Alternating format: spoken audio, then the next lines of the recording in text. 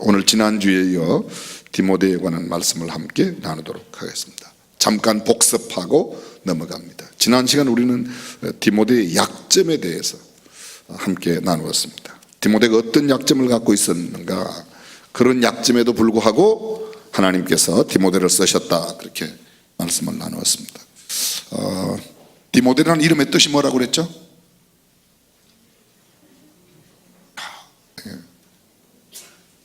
제가 이야기 안 했어요? 이게 뭔가 좋은 것들이 잘 기억이 안 되는 건 딴 것들이 많이 안에 들어있기 때문에 그래요. 근데 그래도 괜찮아요. 자꾸 좋은 걸 많이 보면 이제 조금씩 딴 것들이 나가고 이제 좋은 것들이 자꾸 차게 되니까 너무 그렇게 실망스럽게 바라보지 마세요. 잉크가 이렇게, 병 속에 잉크가 이렇게 있으면 잉크, 제가 말씀을 잉크라고 그랬지만 악한 생각이 이렇게 꽉 들었다고 생각해보면요, 좋은 물을 자꾸 보면 점점 그게 흘러 넘쳐가지고 점점 희석이 돼서 처음에는 잉크가 훨씬 더 많지만, 악한 생각이 많지만 자꾸 많이 부으면 나중에는 그것들이 다 나가고 좋은 걸로 채워집니다. 그렇죠? 네. 지금 여러분들 생각에 악한 게 들었다는 게 아니고 뭐 안 좋은 거, 세상 거, 돈 같은 거 이런 것만 잔뜩 들어있는데 말씀이 계속 들어가면 그런 것들이 조금씩 오는데 말씀을 안 잡아놓으면 그게 꽉 잡고 있습니다. 그죠? 그 다음에 또 듣고, 지난주에 듣고 이렇게 한 번도 기억하지 못하실 만큼 다 잊어버려도 괜찮아요. 너무 그렇게 고민하실 필요가 없어요. 저는 예전에 우리 집에 콩나물 공장을 했는데, 콩나물은 물 부으면 밑으로 다 빠져나가도 일주일만 지나면 콩나물이 쑥쑥 자라는 것처럼 계속 말씀을 들으면 신앙은 자라게 돼 있는 줄로 믿습니다. 아멘. 옆 사람에게 실망하지 말라고, 용기를 가지시라고. 디모데라는 이름의 뜻은 하나님을 경외한다, 하나님을 경외한다, 그런 뜻입니다. 디모데의 외적인 조건들로 지난 시간에 많은 약점이 있다고 그랬어요. 우선에 출신 배경이, 신분이, 그렇죠? 아버지는 이방인이고 어머니는 유대인이었죠. 근데 유대인인 어머니, 그리고 그 어머니의 어머니, 디모데가 그렇게, 어머니 이름은 유니게고 외할머니 이름은 로이스였습니다. 이들이 언제 예수를 믿었을까? 두 가지의 가능성으로 추측할 수 있는데, 하나는 바울의 1차 전도 여행 때 그들이 믿었을 가능성이 있고, 아니면 예수님 당시 때부터 그들의 선조들이 믿어서 그들이 예루살렘 바깥에 흩어져 루스드라에 왔다가 루스드라에 살고 있는 동안에 아마 유니게가 헬라인 남편, 소위 디모데의 아버지를 만나서 결혼하지 않았을까. 예전에 이방인과 유대인이 결혼하면 유태인으로 귀화하는 조건이 하나 있습니다. 그게 할례를 받아야 되는 거예요. 할례를, 남자의 경우에 할례를 받아야 되고요. 여러분들이, 제가 지난주에도 잠깐 말씀드렸지만 아프리카에 왜 아프리칸 유태인이 있다고 그랬죠? 아프리칸 유태인, 완전히 이분들이 조상적부터 유태인이에요. 근데 그 사람들이, 본래 유태인들은, 히브리 사람들은요 그렇게 검은 사람들이 아니죠. 그들도 모두 이제 중간에 할례를 받고 유대교에 귀한 그런 사람들입니다.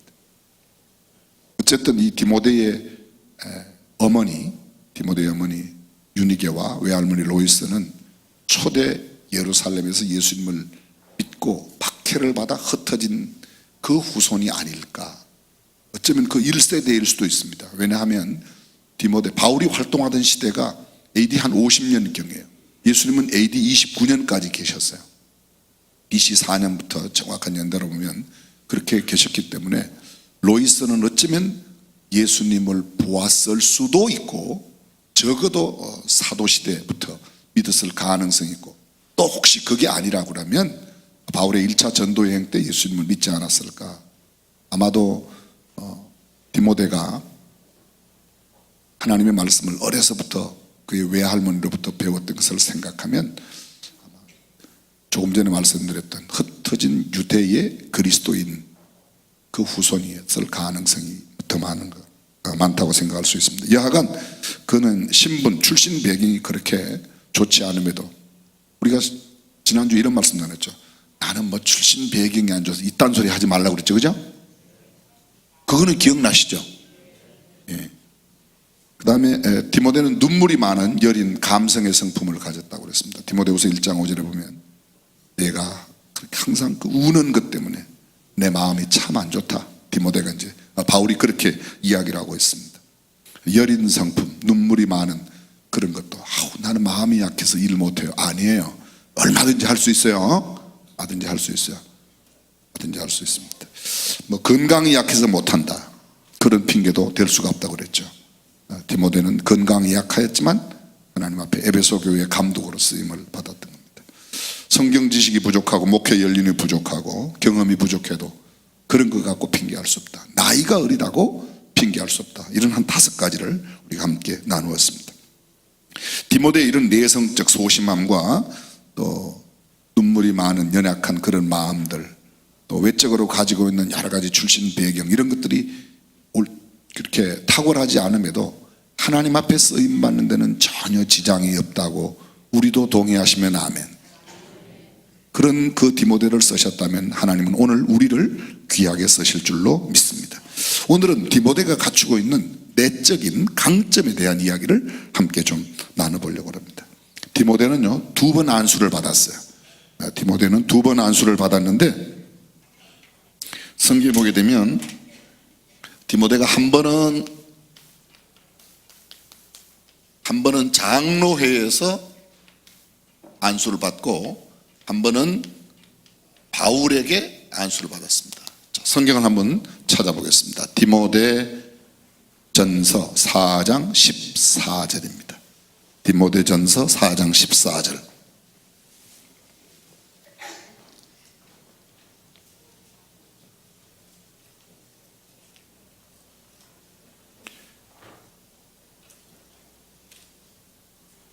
찾으셨으면 함께 읽어보겠습니다. 시작.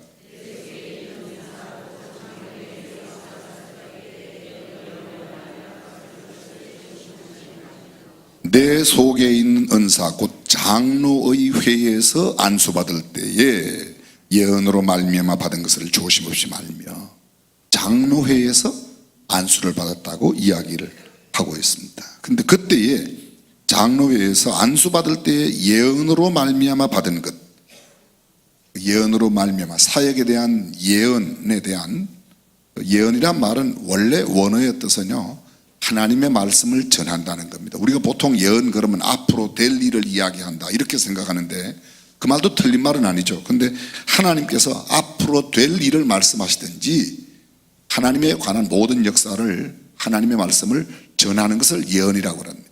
말씀이라고 생각하면 보다 더 정확하게 이해가 할 수 있는 겁니다. 그런데 그 장로회에서 안수받을 때 예언으로 말미암아 받은 것, 그것은 굉장히 조심스럽게 행해라 이렇게 이야기합니다. 또 하나 찾아보겠습니다. 디모데후서 1장입니다. 바로 뒤에 나오죠. 디모데후서 1장 6절. 1장 6절 8절까지 읽습니다. 시작. 그러므로 내가 나의 안수함으로 내 속에 있는 하나님의 은사를 다시 부릴 듯하게 하기 위하여 너로 생각하게 하노니, 하나님이 우리에게 주신 것은 두려워하는 마음이 아니요 오직 능력과 사랑과 건진하는 마음이니, 그러므로 네가 우리 주의 증거와 또는 주를 위하여 갇힌 자 된 나를 부끄러워 말고 오직 하나님의 능력을 좇아 복음과 함께 고난을 받아라. 바울은 이렇게 하면 내가 나의 안수함으로 내 속에 있는, 내가 너한테 안수했다.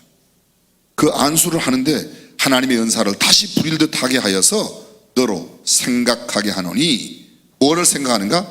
하나님께서 우리에게 주신 그것, 7절의 내용입니다. 그것을 생각나, 그 생각을 갖고 사역하라는 거예요. 사역의 내용은 8절 끝에 보면 복음과 함께 고난을 받는 내용인데요, 7절 하나님이 우리에게 주신 것은 뭐예요? 첫째, 소극적으로 두려워하는 마음이 아니라는 거예요. 두려워하는 마음이 아니에요. 두려운 것은 하나님이 주는 마음이 아니에요. 누구라도 무엇이라도 어떤 일도 두려워하지 말라고 성경에 두려워하지 말라는 말씀이 365번 나온대요. 그래서 어떤 분이 그렇게 말했어요. 하나님은 하루에 한 번씩 우리에게 두려워하지 말라고. 왜 그렇게 말씀하셨을까? 하루에 한 번 이상은 다 두려워하기 때문에 아예 매일매일 그렇게. 그럼 어떤 사람은 또 그렇게 말하는 사람이 있어요. 올해는 윤달이 있고 윤년이 있어서 366일은 어떻게 하나. 하루는 그건 그냥 해석이지. 그걸 꼭 그렇게. 하여간 머리가 이상하게 잘 돌아가는 사람도 있어요. 하여간 두려워하지 말라. 우리가 두려워해야 될 게 하나가 있어요. 그게 뭔가 하면요, 두려워하는 마음을 두려워해야지. 알아들으세요? 아무것도 염려하지 말라고 그랬는데 한 가지 염려해야 될 거예요. 염려할까 봐. 그거는 그러니까 염려만, 무엇든지 염려하지 말아라. 여기는 아무것도 두려워하지 말아라. 하나님이 주시는 마음은 두려운 마음이 아니에요. 여러분들이 누구를 뭐 높은 사람이라고, 가진 사람이라고, 배운 사람이라고, 뭐 똑똑한 사람이라고 그 사람을 이렇게 두려워하거나 무서워하는 하나님 주신 마음이 아니에요. 하나님께서 주신 마음은 강하고 담대한 그 다음 마음이에요. 자, 그 다음에 뭐라고 돼 있어요? 하나님 주신 마음 7절 뭐예요? 두려워하는 마음이 아니요, 첫 번째 오직 능력과 두 번째 사랑과 세 번째 근신하는 마음이니. 능력, 성경에 보면요, 능력, 권능이라고 되어 있어요. 오직 성령이 너희에게 임하시면 너희가 권능을 받고, 두나미스, 다이나마이트란 말이에요. 역동적인, 그리스도인의 삶은 매우 역동적인 삶입니다. 말을 조곤조곤하고 조용해도요, 디모데처럼 성품이 그렇게 눈물이 있어도 절대로 약한 사람이 아니에요. 눈물이 있다고 약하게 봐서는 안 돼요. 하나님께서 주시는 마음이 있으면 눈물 가운데도 얼마든지 강하고 담대하게 하나님의 능력을 나타낼 수 있는 줄로 믿습니다. 사랑의 마음이에요. 사랑은 가장 기본적인 요소가 늘 말씀드리지만 동사이고요, 희생이 따라. 희생 없는 사랑은 없어요. 희생 없는. 하나님께서 우리를 사랑하셔서 독생자 예수 그리스도를 주셨다. 예수님이 우리를 사랑하셔서 그의 생명을 우리에게 주셨다. 희생이 전제된 사랑이 참 사랑이라는 것이죠. 그 다음에 근신하다. 이 근신이란 말은 참 쉬운 말이 아닙니다. 삼가할 근, 삼가할 신. 한자로 보면 삼가하고 또 삼가하는 거예요. 다른 말로 말하면 삼가하여 조심함. 그것을 9가지 성령 은사로 표현하면 절제에 해당되는 겁니다. 절제함이에요. 내가 아무리 능력이 많다고 함부로 하면 안 되죠. 대부분의 사람들이 어떻게 돼요? 능력이 많으면, 능력 많은 사람들은 대부분 좀 이렇게 너무 강해서, 사람은 좋은데 또 능력이 없는 사람이 있어요. 사람은 능력은 많은데 사람이 안 좋은 사람이 있어요. 능력이 없으면 어떻게 돼요? 무기력하고 답답해집니다. 연약합니다. 사랑이 없으면 사람이 접근하기 어려워요. 일은 되는데 그 사람하고 꼭 이렇게 무슨 일을 시키면 일은 되는데 옆에 가 있는 사람이 늘 상처를 받는 사람이 있어요. 그렇죠? 이렇게 반응이, 저는요, 반응이 없으면 조금 이렇게 시무룩해지는 경향이 있으니까 참고해 주시기를 바라요. 네가 시무룩한 거나 내가 힘센 거나 똑같더라. 분위기가 험악해집니다. 사랑이 없으면 마음에 상처를 줘요. 사랑이 없는 사람은 업무 위주가 되기 쉬워요. 일은 되는데 사람이 다치죠. 근신이 없으면 무질서와 혼란이 생기게 되어 있습니다. 근데 하나님께서 우리에게 주시는 마음은 사랑과 능력과 사랑과 근신하는 마음을 함께 주셨다는 겁니다. 이 디모데가 이런 좋은 장점들을 참 많이 가지고 있어요. 안수받을 때의 예언으로 장로회에서, 또 바울에게 안수를 받음으로 인해서 두려워하는 마음이 아닌 능력과 사랑과 근신하는 마음으로 사역을 잘 감당할 수 있는데, 실제적으로 이 디모데가 바울과 함께 어떤 일을 감당하였는가? 자, 찾아보겠습니다. 로마서 16장 21절 보겠습니다. 로마서 16장 21절입니다.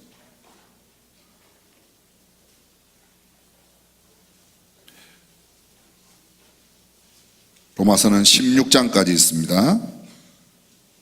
로마서 16장 21절 함께 읽습니다. 시작.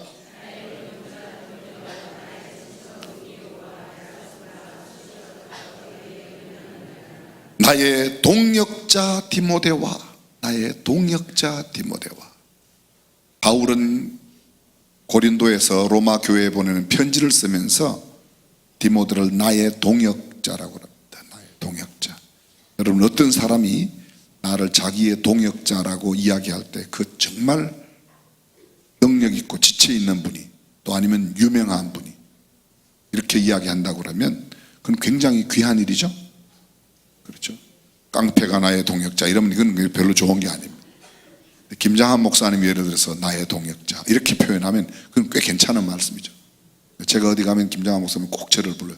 고목사 목사 빨리 와. 꼭 저한테 여기 제 후임입니다. 제 후임입니다.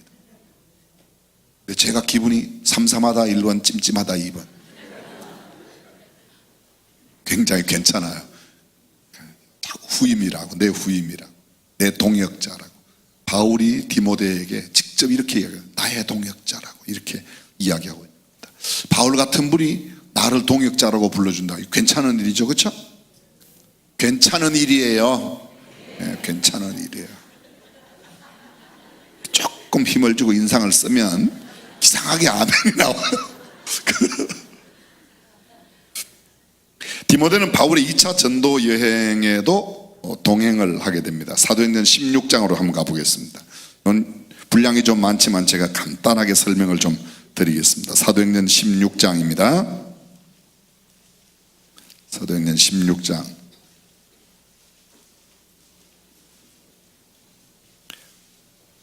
1절부터 봅니다. 바울이 더베와 루스드라에도 이르매 거기 디모데라 하는 제자가 있으니, 이미 디모데가 제자야. 이때 이미 예수 믿어요. 그렇죠? 그렇게 1차 전도 여행 때 믿었는지 아니면 아까 말씀드린 대로 그 할머니, 외할머니 로이스 때부터 유태에서 예수를 믿고 흩어졌죠. 사도행전에 보게 되면 8장에 보면 7장에 스데반이 순교를 당하고 8장에 빌립이 예루살렘을 떠나서 사마리아로 나가서 복음을 전하죠. 그렇게 예루살렘에 있던 복음이 예루살렘과 유대와 그 다음에 사마리아로, 사마리아에서 다시 땅끝까지, 에티오피아 그 여왕 간닥의 여왕의 국고를 맡은 내시 그 에티오피아는 아프리카예요. 이미 그때 이미 아프리카라는 말은 복음은 이미 예루살렘을 지나서 유다를 지나서 사마리아를 지나서, 사마리아가 어디예요? 북방 이스라엘 아수르 지역이 침공했던 그 지역이 사마리아, 그 지역을 떠나서 이미 팔레스타인 밖으로 나가서 아프리카 땅까지 복음이 지금 흘러 들어가고 있습니다. 그러니까 빌립이 거기 가서 복음을 전하죠. 흩어진 자들이. 그 다음에 보면 그 흩어진 자들이 베네게와 구브로와 안디옥까지 이르러 복음을 전하였다. 우리가 지난번에 읽었던 말씀에 성경에 그런 말씀이 있었어요. 그러니까 그 흩어진 자들이, 아마도 이 흩어진 자들이 아닐까. 야고보서 1장에 보면 흩어져 있는 12지파에게 문안한다. 야고보서는 행함을 강조해요. 흩어진 12지파 사람들, 그 사람들은 예수를 믿다가 박해를 받아서 흩어진 사람들이에요. 그런데 예수를 믿는다고 말하면서 행함이 없으니까 그들에게 행함을 가르치기 위해서 쓴 편지가 야고보서입니다. 예수님의 육신의 동생이었던 야고보가 기록한 거예요. 흩어진 자들 가운데 아마 그런 사람들이 아닐까. 디모데는 루스드라와 이고니온에 있는 형제들에게 칭찬 듣는 자니, 소위 평판이 좋은 사람이라고 말씀을 드렸습니다. 바울이 그를 데리고 떠나고자 할새 그 지경에 있는 유대인을 인하여 그를 데려다가 할례를 행하니 이는 그 사람들이 그에 붙이는 헬라인인 줄 다 알미르라. 할례를 주고 데리고 가는 거죠. 4절 여러 성으로 다녀갈 때 예루살렘에 있는 사도와 장로들이 작정한 규례를 저희에게 주어 지키게 하니 이에 여러 교회가 믿음이 더 굳어지고 수가 날마다 다니라. 성령이 아시아에서 말씀을 전하지 못하게 하시거늘 부르기아와 갈라디아 땅으로 다녀가 무시아 앞에 이르러 비두니아로 가고자 했을 때 예수의 영이 허락지 아니하시는지라. 철저하게 성령 예수의 영의 인도함을 받고 있는 바울의 2차 전도여행입니다. 1차 전도여행이 13장과 14장이고 15장은 1차 전도여행이 끝난 뒤에 이방인들이 예수를 믿고 성령을 받는데 이거 어떻게 된 거냐. 그래서 그들을 고기를 피채 먹지 않도록 하고 그 다음에 몇 가지 율례를 정해서 그 사람들에게도 성령 임함을 인정하는 것이 예루살렘 회의예요. 그게 사도행전 15장입니다. 그리고 16장은 15장 정확하게 말하면 15장 36절 이하부터 2차 전도여행이 시작되는 겁니다. 15장 36절 수일 후에 바울이 바나바더러 말하되 우리가 주의 말씀을 전한 각성으로 다시 가서 형제들이 어떠한가 방문하자. 1차 전도여행에 복음을 전하였던 그 도시를 다시 가보자고 해서 가는 게 2차 전도여행인데, 2차 전도여행은 1차 전도여행지에 갔던 아까 말씀드렸던 더베와 루스드라, 이고니온 이런 데도 다 가고요. 그 다음에 그 이후에 그들이 아시아로 가려고 그랬는데 6절 성령이 아시아에서 말씀을 전하지 못하게 하셔서 부르기아, 갈라디아는 모두 아시아로 가지 않는 반대측 땅입니다. 소아시아의 남쪽 서쪽으로 가는 지역입니다. 그쪽으로 계속 가면 유럽으로 가게 돼요. 7절 무시아 앞에 이르러 비두니아로 가고자 했을 때 예수의 영이 그쪽으로 또 허락지 않는 겁니다. 그래서 무시아를 지나 드로아로 내려갔는데, 이 드로아는요, 자주장사 루디아가 드로아에서 빌립보로 무역을 했어요. 드로아는 아시아입니다. 아시아의 가장 끝 항구 도시가 드로아예요. 그리고 빌립보는 유럽의 첫 번째, 유럽의 입구에 있는 도시이면서 가장 큰 도시가 빌립보였습니다. 거기서, 근데 빌립보에 가서 자주장사 루디아를 만납니다.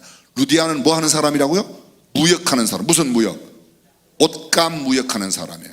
채색 옷감을 무역하는 여인인데, 그가 바울이 아시아로 가는 것을 성령이 맡고 예수의 영이 허락지 않으므로 유럽으로 가서 빌립보에 가서 복음을 전하는데, 빌립보에서 예수님을 믿게 된 사람이 누군가 하면 자주장사 루디아, 기억나시죠? 그 다음에요, 길가에 앉아서 점치는 귀신 들린 소녀, 그 다음에요, 그 소녀를 점 못 치게 했다가 붙들려가서 감옥에 갔는데, 빌립보 감옥에 갇혀서 밤중에 빌립보 감옥의 간수들이 회개를 하고, 그래서 유럽의 첫 번째 세워진 빌립보 교회는 자주장사 루디아, 드로아 사람이에요. 그 다음에요, 점치는 귀신 들린 그 소녀, 그 다음에요, 간수, 빌립보 감옥의 간수들이 예수를 믿고, 그 내용이 그 뒤에 이제 계속 나오는 겁니다. 9절 밤에 환상이 바울에게 보이니 마게도냐 사람 하나가, 마게도냐는 유럽이라고 그랬어요. 유럽 사람 하나가 서서 그에게 청하여 가로되 마게도냐로 건너와서 우리를 도우라 하거늘, 바울이 이 환상을 본 후에 우리가 마게도냐로 떠나기를 힘쓰니 이는 하나님이 저 사람들에게 복음을 전하라고 우리를 부르신 줄로 인정함이라. 철저히 성령의 인도함을 받고 그것이 하나님의 인도라고 믿고 가는 겁니다. 드로아에서 배로 떠나, 드로아가 어디라고 그랬어요? 아시아의 맨 서쪽 항구예요. 그러니까 거기는 배로 떠나죠. 드로아에서 배로 떠나 사모드라게로 직행하여 이튿날 네아폴리로 가고, 거기서 빌립보에 이르니 네아폴리를 거쳐 빌립보, 이는 마게도냐 지경의 첫 성이요, 유럽의 첫 번째 성이요, 그 다음에 또 로마의 식민지라. 이 성에서 수일을 유하다가 안식일에 우리가 기도처가 있는가에 문밖 강가에 나가 거기 앉아 모인 여자들에게 말하더니 두아디라 성의 자주장사, 원래 두아디라 성에 있던 여자인데 드로아에서 이쪽으로 온 겁니다. 루디아, 하나님을 공경하는 루디아라는 한 여자가 들었는데 주께서 그 마음을 열어 바울의 말을 청종하게 하시니라. 저와 그 집이 다 침례를 받고 우리에게 청하여 그러되 만일 나를 주 믿는 자로 알거든 내 집에 들어와 유하라 하고 강권하여 있게 하니라. 정말 나를 예수 믿는 사람으로 안다면 당신이 우리 집에 와서 좀 며칠간 계시오, 이렇게 이야기했어요. 16절 우리가 기도하는 곳에 가다가 점하는 귀신 들린 여종 하나를 만나니 점으로 그 주인들을 크게 이하게 하는 자, 돈 벌겠나 말이죠. 바울과 우리를 쫓아와서 소리질러 가로되 이 사람들은 지극히 높은 하나님의 종으로 구원의 길을 너희에게 전하는 자라 하며. 귀신같이 알아요, 그죠? 이 귀신 들린 소녀가 바울을 보고 귀신같이 안다고요. 하나님의 말씀을 전하는. 이같이 여러 날을 하는지라 바울이 심히 괴로워하여 돌이켜 그 귀신에게 이르되 예수 그리스도의 이름으로 내가 네게 명하노니 그에게서 나오라 하니 귀신이 즉시 나오니라. 종의 주인들이 자기 이익의 소망이 끊어진 것을 보고 바울과 실라를 잡아가지고 저자가 어디예요? 네, 시장의 시내 관원들에게 끌어갔다가, 여기가 어디예요? 빌립보 시내 상관들 앞에 데리고 가서 말하되 이 사람들이 유대인인데 우리 성을 심히 요란케 하여 로마 사람인 우리가 받지도 못하고 행하지도 못할 풍속을 전한다 하거늘. 원래 이 사람의 목적은 뭐예요? 돈 잃어버린 건데 고소는 엉뚱한 걸로 한다. 이 사람 이상한 풍속 전합니다. 무리가 일제히 일어나 송사하니 상관들이 옷을 찢어 벗기고 그냥 벗긴 게 아니에요. 옷을 찢어 벗기고 매로 치라 하여 많이 친 후에 옥에 가두고 간수에게 분부하여 든든히 지키라 하니 그가 이러한 영을 받아 저희를 깊은 옥에 가두고 그 발을 착고에 든든히 채웠더니 밤중쯤 되어 바울과 실라가 기도하고 하나님을 찬미하며 주의 소리를 듣더라. 이에 호련히, 자 쭉 지나가 32절로 가겠습니다. 31절 이제 간수가 예수 믿는 장면이에요. 가로되 주 예수를 믿어라 그리하면 너와 내 집이 구원을 얻으리라 하고 주의 말씀을 그 사람과 그 집에 있는 모든 사람에게 전하더라. 밤 그 시에 간수가 저희를 데려다가 그 맞은 자리를 씻기고 자기와 그 권속이 다 침례를 받은 후에, 유아세례 이야기하는 사람들이 간수의 집에 어린아이도 세례를 받지 않았겠냐 이렇게 해서 유아세례를 인정하는데요, 거기 뭐 애라는 그런 표현은 없어요. 네. 물의 양의 많고 적음이 중요한 것은 아니지만 침례를 받을 수 있으면 침례가 성경에 기록된 용어대로 맞습니다. 저는 세례받은 사람은 뭐 예수 믿는데 지옥 가는데 이런 소리는 안 합니다. 그러나 성경적인 방법은 그런 게 있습니다. 자, 잠깐 넘어갑니다. 34절, 저희를 데리고 자기 집에 올라가서 음식을 차려주고 저와 온 집이 하나님을 믿었으므로 크게 기뻐하느라. 간수의 집이 예수는, 이게 빌립보 교회의 태동입니다. 35절, 나리샘의 상관들이 아전을 보내어 이 사람들을 놓으라 하니 간수가 이 말대로 바울에게 고하되 상관들이 사람을 보내어 너희를 놓으라 하였으니 이제는 나가서 평안히 가라 하거늘 바울이 이르되 로마 사람인 우리를 죄도 정치 아니하고 공중 앞에서 때리고 옥에 가두었다가 이제는 가만히 우리를 내어 보내고자 하느냐? 아니라 저희가 친히 와서 우리를 데리고 나가야 하리라 한데 아전들이 이 말로 상관들에게 고하니 저희가 로마 사람이라 하는 말을 듣고 두려워하여 와서 구원하여 데리고 나가 성에서 떠나기를 청하니 두 사람이 옥에서 나가 루디아의 집에 들어가서 형제들을 만나보고 위로하고 가니라. 잠깐만 여기서 하나만 짚고 넘어가겠습니다. 바울이 로마 사람이에요. 근데 복음을 전하다가 귀신 들린 그 소녀의 귀신을 쫓아내고 복음을 전하다가 감옥에 가요. 그런데 그때 로마 사람이라고 그랬더라면 얼마든지 안 맞고 풀려날 수 있었어요. 그래요, 안 그래요? 안 그래요? 그래요. 그런데 거기에 로마 시민권을 쓰지 않습니다. 로마가. 그리고 그냥 감옥에 가요. 널씬하게 얻어터지고 감옥에 가는 겁니다. 저 같으면요, 널씬하게 얻어터질 상황에 대해서 백을 좀 쓸 수 있으면 무슨 백이든지 다 쓸 거예요. 헌 백이든지 새 백이든지 뭐 큰 백이든지 작은 백이든지 다 쓸 텐데, 녹슨 백이라도 쓸 텐데 로마 사람이라고 하는 당대의 최고의 특권을 가지고 있는데도 거기에 쓰질 않습니다. 그리고 복음이 전거되고 다 나중에 간수도 회개하고 다 돌아옵니다. 근데 가만히 내보내려고 그러니까 그때 하는 말이 로마 사람인 우리를 그냥 이렇게 내보내? 아전들이 가서 상관한테 이야기합니다. 쫄병들이 가서 이야기한 거예요. 그랬더니 뭐라고? 로마 사람이라고? 큰일 났구나. 그래서 와서 이제 이야기하는 거예요. 복음 전파에 필요하다고 생각되는 곳에 그들은 자기네들의 권세를 썼어요. 이게 지금 바울이 보여주건 아주 중요한 내용입니다. 이게 왜 이렇게 읽는가? 디모데 이야기하다가 왜 읽는가? 이제 그 다음에 보십시오. 17장으로 갑니다. 저희가 암비볼리와 아볼로니아 다내가 데살로니카에 이르니 거기 유대인의 회당이 있는지라 바울이 자기의 규례대로 저희에게로 들어가서 새 안식일에 성경을 가지고 강론하여 뜻을 풀어 그리스도가 해를 받고 죽은 자 가운데서 다시 살아야 할 것을 증명하고 이르되 내가 너희에게 전하는 이 예수가 곧 그리스도로 하니 그 중에 어떤 사람이 곧 경건한 헬라인과 큰 무리와 적지 않은 귀부인도 권함을 받고 바울과 실라를 쫓으나 그러나 유대인들은 시기하여 저자의 어떤 괴악한 사람들을 데리고 때를 지어 성을 소동케 하여 야손의 집에 달려들어 저희를 백성에게 끌어내고 찾았으나 발견치 못하며 야손과 및 형제를 끌어 업장들 앞에 가서 소리질러 가로되 천하를 어지럽게 하던 사람들이 여기도 이름에 야손이 들였도다. 이 사람들이 다 가이사의 명을 거역하여 말하되 다른 임금 곧 예수라는 이가 있다 하더이다 하니 무리와 업장들이 이 말을 듣고 소동하여 야손과 그 나머지 사람들에게 보호를 받고 노니라. 보석금 받고 놓아졌다는 거예요. 천하를 어지럽게 하는 사람들이라고 하는 칭송을 받아. 칭송이 아니고 그런 뭐라고 그래야 돼요? 천하를 어지럽게 하는 사람이라고 하는 이야기를 들었어요. 누가요? 바울과 그 일행이. 복음 전하는 사람들이, 이 사람들은 천하를 어지럽게 하는 사람. 어지럽게 한다. 영어 성경에 보면 upside down 이렇게 돼 있어요. 저를 잠깐 보십시오. up 윗면이에요. upside 윗면이 down 윗면을 아래로. 그렇게 세상을 뒤집어 놓는 사람들이란 말입니다. 누가요? 복음의 사람들은. 사랑하는 성도 여러분, 저와 여러분들이 이 수원도성을 복음으로 뒤집어 놓으시기를 주님의 이름으로 축원합니다.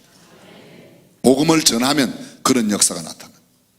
늘 말씀드리지만 복음은 다이너마이트라 제대로 안전핀만 뽑고 던지면, 제대로 심지에만 불을 붙이면 놀라운 역사가 일어날 줄로 믿습니다.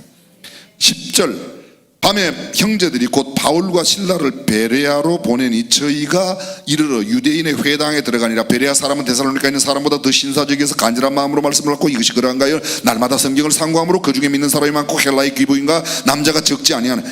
데살로니카에 있는 유대인들이 바울이 하나님의 말씀을 베레아에서도 전하는 줄을 알고 거기 가서 무리를 움직여 소동케 하거늘 형제들이 곧 바울을 내어 보내어 바다까지 가게 하되 실라와 디모데는 아직 거기 유하더라. 제가 이 디모데 이 구절 하나 찾으려고 지금 여기까지 온 것. 보십시오. 어디에다가 둬요? 디모데와 실라를 지금 베레아 사람들은 데살로니가 사람보다 더 신사적이어서, 근데 거기에서 말씀을 전하고 바울이 떠나는데 신라와 누구 디모데를 어디다 두고? 베레아에 두고 이렇게 돼 있습니다. 베레아에 두고. 근데 베레아에 오기 전에 잘 들어보세요. 베레아 오기 전에 우리가 아까 16장 초반부에 바울이 하나님의 예수의 영에 성령의 이끌림을 받아 아시아로 안 가고 유럽으로 갈 때 디모데를 데리고 갔어요. 디모데를 데리고 갔어요. 그렇죠? 아까 디모데를 데리고 갔다고요. 근데 왜 자꾸 반응도 못 보여요? 디모데를 데리고 갔어요. 그러면 빌립보에 디모데가 함께 갔다는 겁니다. 근데 빌립보 감옥에 갈 때는 바울과 실라만 갔어요. 디모데는 안 들어갔어요. 그때 디모데가 어디에 있었는지 몰라요. 그리고 데살로니가를 거쳐서 베레아에 왔는데 베레아에 또 디모데가 와 있는 겁니다. 그럼 데살로니가는 어떤가? 데살로니가전서 3장 1절부터 5절까지를 보게 되면 거기 보면 디모데가 데살로니가에 가 있는 이야기가 나옵니다. 데살로니가전서 3장으로 갑니다. 사도행전 17장을 그대로 손가락을 끼워 두시고 데살로니가전서 3장,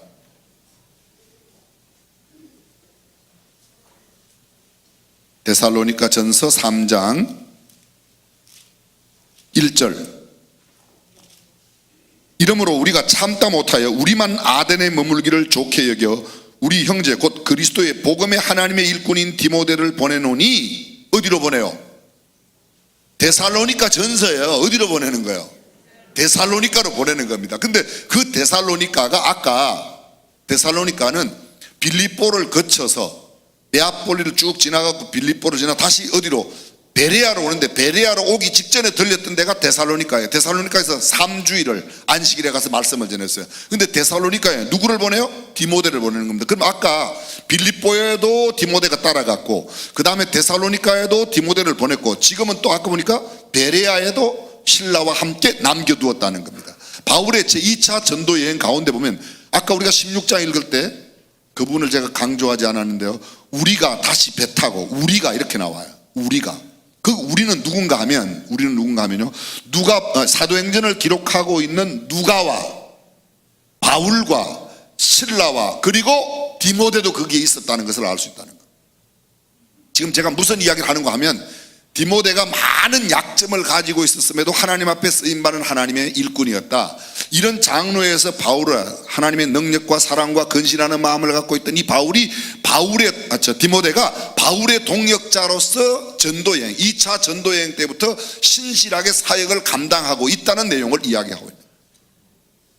사랑하는 성도 여러분, 우리가 어떤 연약한 사람일지라도 주의 능력이 우리와 함께하면 그 초대 교회 최대의 사도 바울의 동역자로서 하나님 앞에 쓰임받는 일을 감당할 수 있는 줄로 믿습니다.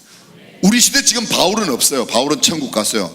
그러나 우리 안에서 우리가 서로 동역을 이루어 하나님의 역사를 얼마든지 이루어낼 수 있습니다. 하나님의 능력이 바로 그 능력. 조금 더 지나가면요, 바울과 실라가 이제 빌립보를 떠날 때 디모데는 빌립보에 남아 데살로니가를 거쳐서 빌립보에 있다가 다시 데살로니가를 거쳐서 베레아까지 왔어요. 그래서 조금 전에 읽었던 사도행전 17장 14절에 보게 되면 베레아에서 실라와 디모데를 남겨두고 바울이 갑니다. 그 이후에 17장 15절, 아까 제가 손가락을 끼워두라고 그러셨죠? 두라고 말씀드렸는데요. 자, 17장, 사도행전 17장 15절 시작.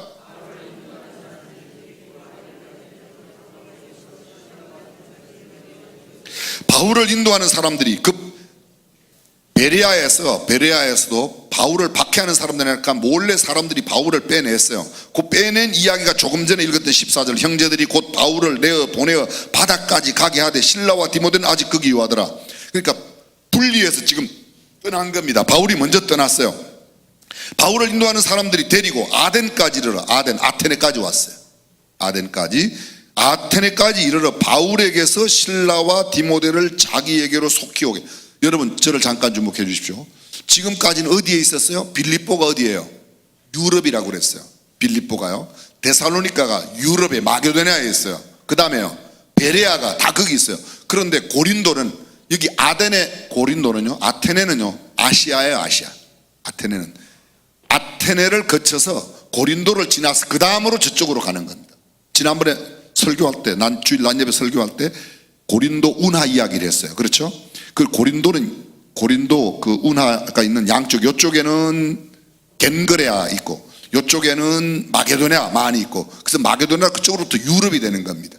그 아테네는 지금 그리스를 유럽이라고 말하지만 그때만 해도 아시아 끝쪽이에요. 거기가 드로아에서 막바로 건너가면 마게도나로 가서 빌립보 첩성으로 들어가게 되어 있는 것입니다. 자, 이제 다시 성경을 보십시오.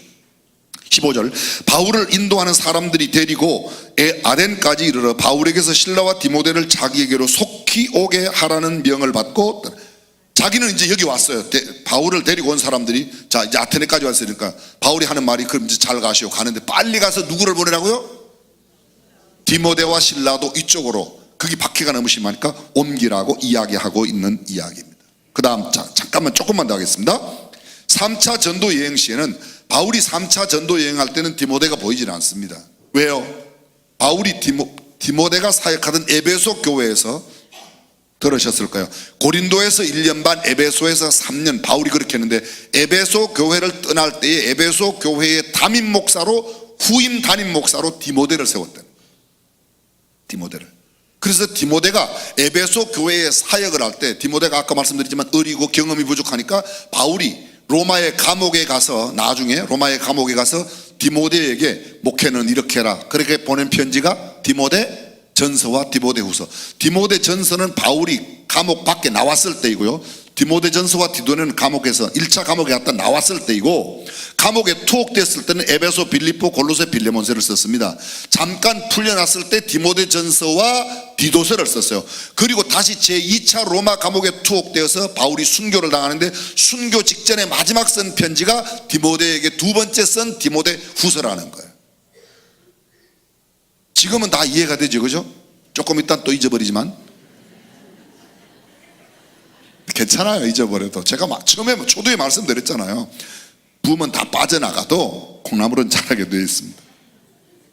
자, 이제 마지막 보겠습니다. 디모데 후서로 갑니다. 디모데 후서로. 제가 오늘 디모데를 마치려고 그래요, 지금. 디모데 후서 3장. 디모데 후서는 바울이 남기는 마지막 유언과도 같은 편지라고, 이제 한 80번만 들으면 100번 되죠. 디모데 후서 3장 14절입니다. 3장 14절 시작. 그러나 너는 배우고 확신한 일에 거하라. 네가 네게서 배운 것을 알며 또 네가 어려서부터 성경을 알았나니 성경은 능히 너로 하여금 그리스도 예수 안에 있는 믿음으로 말미암아 구원에 이르는 지혜가 있게 하느니라. 바울이 로마 감옥에서 이제 죽음을 눈앞에 두고 있습니다. 언제 처형당할지 모르는 상황 가운데 디모데에게 유언과도 같은 편지를 남기면서 이렇게 말합니다. 너는 배우고 확신한 일에 가라. 내가 네가 누구에게서 배운 것을 안다. 내가 어려서부터 성경을 배웠는데 성경을 가르치라고 강조하는 겁니다. 디모데후서 4장 9절 보세요. 9절. 4장 9절 시작. 너는 어서 속히 내게로 오라. 데마는 이 세상을 사랑하여 나를 버리고 데살로니가로 갔고, 그레스게는 갈라디아로, 디도는 달마데로 갔고, 누가만 나와 함께 있느니라. 그 바울이 죽을 때까지 끝까지 함께 했던 사람은 누가만 함께 했다고 이야기합니다. 근데 디모데야, 네가 속히 오라. 그 다음에 내가 올 때에 11절 누가만 나와 함께 있느니라. 내가 올 때에 마가를 데리고 오라. 저가 나의 일에 유익하니라. 두기고는 에베소로 보내었노라. 내가 올 때에 내가 드로아 가보의 집에 둔 겉옷을 가지고 오고, 겨울이 오는 겁니다. 겉옷을 가져오고, 책은 특별히 가죽 종이에 쓴 것을 가져오라. 책, 요게 헬라 원어의 그라페라고 되어 있습니다. 그라페가 성경이에요, 성경. 네가 성경책을 가져와. 어디에 쓰여 있는? 가죽 종이에 쓰는, 양피 가죽에 쓰여 있는 성경을 가져오라고 이야기합니다. 바울의 인생에 노후에 필요한 게 뭔가? 따뜻한 겉옷과 영혼을 아름답게 풍성하게 만드는 하나님의 말씀. 인생의 항원에 필요한 게 뭐라고요? 제가 요 얼마 전에 어떤 원로 목사님 이야기를 들었는데요, 아들이 목사님이에요. 이 아버지는 원로 목사님이에요. 팔순이 지나셨어요. 아들아, 내가 목회할 때는 영역이 많이 필요했는데 나이가 드니까 돈이 필요하다. 돈 좀 가져오느라 그러더래요. 얼마나 실제적이에요, 그죠? 연세 드신 분이 오늘 별로 많이 안 계신데, 장로님 연세가 드니까 돈이 필요하죠? 너무 얌전하셔서 돈 필요하다는 말씀도. 근데 바울은 인생의 노후에 뭐를 필요로 하는가 하면 몸을 따뜻하게 할 수 있는 겉옷이 필요하다는 거예요. 그리고 또 뭐예요? 성경책은 가죽종이에 쓴 성경책을 갖다 달라는 거예요. 그렇습니다. 저는 이 대목을 읽으면 참 이렇게 마음으로 와닿아요. 너무나 인간적인 그 바울의 모습들이 이렇게 마음에 와닿아요. 그래요, 안 그래요? 나 추워, 옷이 필요해, 그런 말을 안 해요. 참 인간적으로. 근데 이러한 처지 가운데 있으면서 디모데에게 너는 하나님의 말씀을 강조. 자, 이제 마지막입니다. 4장 1절부터 봅니다. 하나님 앞과 산 자와 죽은 자를 심판하실 그리스도 예수 앞에서 그의 나타나실 끝과 그의 나라를 두고 엄히 명하노니. 바울이 그렇게도 인간적으로 그런 모습이 있지만 여기 4장 1절 이하 5절까지는 굉장히 아주 죽음을 눈앞에 둔, 순교를 눈앞에 둔 바울이 굉장히 단호한 모습으로 이야기하는 겁니다. 내가 엄히 명한다. 너는 말씀을 전파하라. 때를 얻든지 못 얻든지 항상 힘쓰라. 범사에 오래 참음과 가르침으로 경직하며 경고하며 권하라. 때가 이르리니 사람이 바른 교훈을 받지 아니하며 귀가 가려워서 자기의 사욕을 좇을 서성을 많이 두고 또 그 귀를 진리에서 돌이켜 허탄한 이야기를 좇으라. 그러나 너는 모든 일에 근신하여 고난을 받으며 전도인의 일을 다하며 내 직무를 다하라.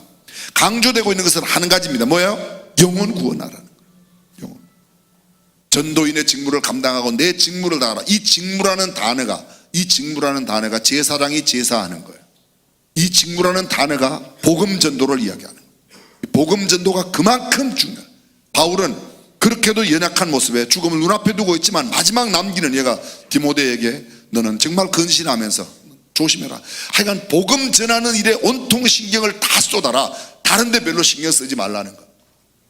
저와 여러분들이 이 디모데의 아름다운 모습 갖고 이번 새생명 축제에 또 추수감사절을 앞두고 있는 부흥회에 정말 내가 간절하게 기도하는 한 영혼 꼭 주님 앞에 인도할 수 있는 귀한 역사 이루기를 주님의 이름으로 축원합니다.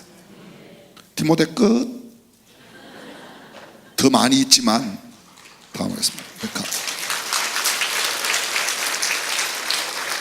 참 분위기 괜찮네요. 또 이렇게 담임 목사가 성경 가르치고 이렇게 박수 받아보니까 저는 박수 받으면 굉장히 잘하는 경향이 있어요. 그런 걸 좋아합니다. 기도하겠습니다. 하나님, 오늘 저희들이 하나님 말씀을 함께 나누었습니다. 성경을 참 많이 아는 것 같지만 또 보면 부족한 것이 많이 있습니다.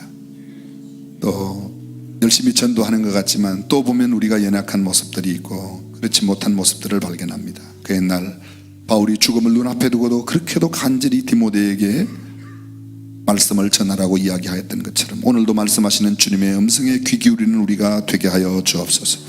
많은 약점이 있었음에도 불구하고 주의 권능과 능력으로 바울의 동역자 되어 초대교회의 귀한 역사를 이루었던 디모데 같은 사람이 우리 교회 내에도 많이 있게 하여 주옵소서.